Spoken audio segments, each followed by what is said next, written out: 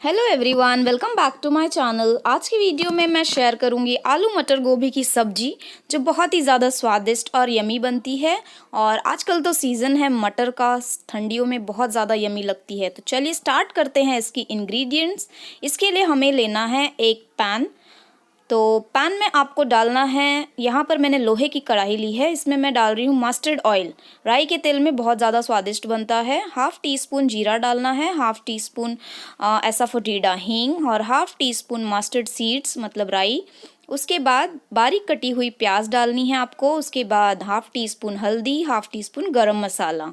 इसे आप अच्छी तरह से भून लीजिए और जब पक जाए तो इसमें ये पिसी हुई हरी मसाला डालना है। ये इसमें है धनिया, मिर्चा और लहसुन और थोड़ा सा जीरा। इसे मैंने बारीक पीस कर ये घोल तैयार किया है।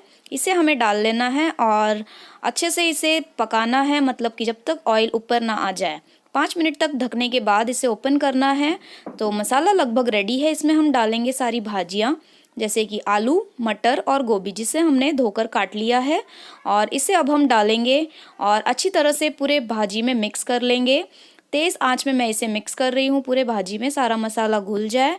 और फिर उसके बाद हम इसमें डालेंगे पानी। जितना थिक आपको चाहिए, मतलब जितनी ग्रेवी आपको चाहिए पानी जैसी, उस हिसाब से पानी डालिए। यहाँ मैं 2 कप पानी डाल रही हूँ।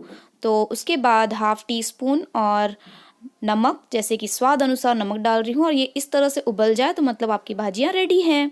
तो इसे मैंने सर्व कर लिया है और हरी धनिया की पत्ती ऊपर से गार्निश की है।